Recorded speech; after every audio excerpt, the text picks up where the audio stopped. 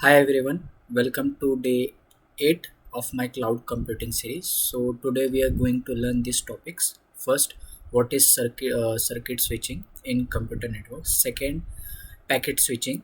Third, datagram versus virtual circuit switching. Fourth, what is message switching? Fifth, unicast, broadcast and multicast. And seventh, stop and wait uh, ARQ, and 8 selective repeat ARQ, and 9 various flow control, and 10 framing in data link layer, and Hamming codes and error like that, error detection, and all this we are going to learn these topics. So there are a lot of topics, so we are going to learn. So I'm going to my notes. So if you say this is the circuit switching, so what is in circuit switching will happen? If you see, if it reserve, if it this circuit switching is working in telephone, uh, in past, so it's like that. It reserve these channels through. If you see this T1, if T1 have to connect, so for this telephone exchange already connected to this telephone exchange, other telephone exchange. So if T1 has to communicate, so it take this whole passage. So what will happen? It always be, it is physical, it work on physical layer. Continuous flow will be always there, and no readers in there, no readers there. And efficiency is less if you, the because of reserving and all. Delays less because of you have reserved this, that's why delay is less. Okay, you can send your data continuously. And now we are going to learn packet switching. So in packet switching there are datagram and virtual circuit. Okay, so is there, this is your message in packets, and they are sending like that. If you see datagram, they will send in like in they reserve like that. And if you see their data link layer, they will not reserve like that. Okay, so if you see data link layer and like that, store and forward pipeline used, efficiency is more, and delay is also more because of storing and forwarding. That's why in data link layer, data link first store and forward like that. So in that this will happen. And if you see, it is more efficient because of it's sending every nodes, like for, that's why it's not reserving the path and all. That's why it's um, efficiency and all. And pipeline also using and all. And if you see in network layer, there is also, it's also sending their p1, p2, p3. It's sending randomly, but in data link layer, it's first send global uh, packet. After that, reach that destination, then all the packets will be sending through that route and all. So in data link layer that will happen, but in virtual, that there is not happening. The virtual, what will virtual do? P1 or one packet will go to S3, one packet go to this S2, one packet go to this through this route like that.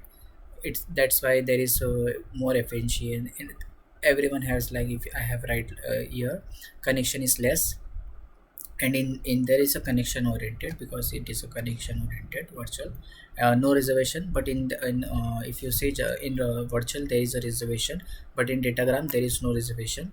And if you see in if you, there is no reservation, then there is no order. Like in datagram, if you send the, you can send one or two, three or four, it will be, it will happen like two will be first uh, sent or received at receiver end, like that. So in, but in virtual there is same order. It is high overrated because of it sending so many uh, routes, that's why. But in it is followingly one route in virtual, so that's why it's less overhead.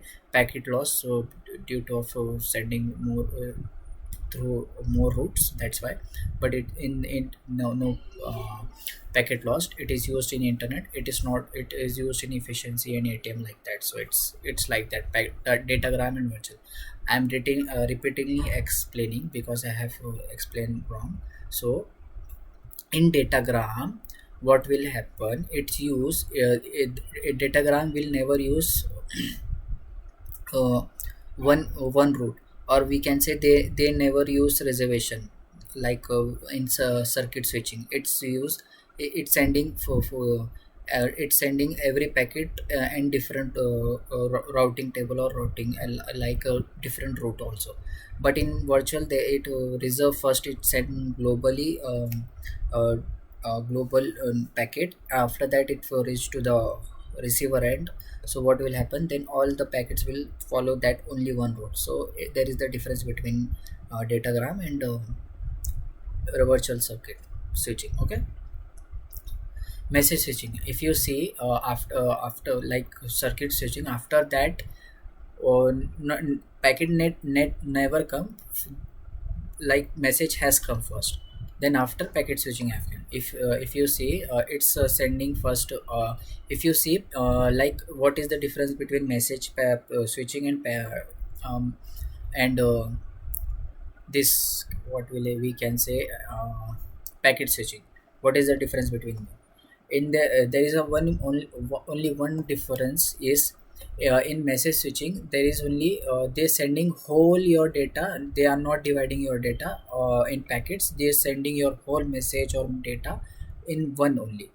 And if you see in packet, it's dividing your data in a packet, and they sending that your data or your packet to that. So first message, first circuit switching come, after that message switching come, after that packet switching is come. In 1968 message switching has come. And if you say circuit switching is using in like a telephone in before, like that. Okay. So delay, and you can see efficiency and all. Hope by hope delivery, if you see hope by hope delivery, what it mean, like uh, this message going from another node, so it is only take care of this hop to this hop, like station wise to station wise. If I'm going to Mumbai, so what will happen, what this message switching will do, it going first message like passing one station, after that one station, so it is the like station to station. Okay. So it's like hop to hop, route to route. And you can say what is unicast, broadcast, and multicast. If you see unicast, like unicast is like sending if you see broadcast is there, in broadcast are two types, limited and direct. If you limited, then it is only sending in this network only. If you want to send directly, so it will directly to all that broadcast. And unicast is means like you are sending your data to like M1 sending data to M2 only, like that.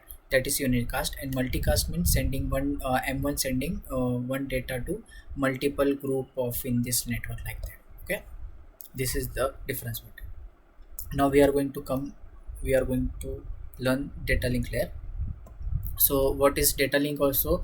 Hope to hope, like if this A4 is transferring some data, and it is the destination of, so stand send it is the like this packet or this message destination is B1. Okay. This B1. So if you see, so data link layer has not responsibility of that B1. Data link layer has only one responsibility, hope to hope, like what is data will take care of this message going to this first router, after that it will take this router. So it will only hope to hope delivery it will take, like node to node delivery, like. Okay. And if you flow control, if you have to flow control also, so there is a GBNSR QN. And you have to error control in this, you have to error control also, that if what will happen if after you are passing sending your data, and after it is received, then you got to know that your data is incorrupt, or like damage or loss. So it's to avoid that, we have error control and flow control and all of this, so we can learn. And if it's physical address, MAC address, you use MAC address, not IP address. Okay. In transport layer and in network, we use like IP address. And it divides in frames. Okay. And if you say stop and wait, it's stop and wait, it's like you can see, or you I have I can also say there is a playlist get smasher, where you can go and learn this stop and wait. I'm not going to give you this example, explain you this example. You have to learn that, because like it's spoon feeding. And flow control in data link layer, it's stop and wait, go and back, selective. You have to understand that. Then you will how know that okay this thing how this thing work and all, okay, byte suffering and all. And error detection and correction, there is a single byte error, there is burst error. What is single byte?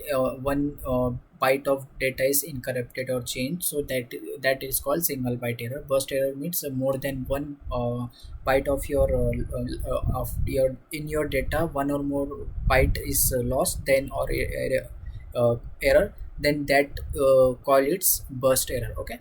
If the bandwidth of channel is 1 GB, then for how many duration the error should be last. So if you see the example, you will go to know this, okay.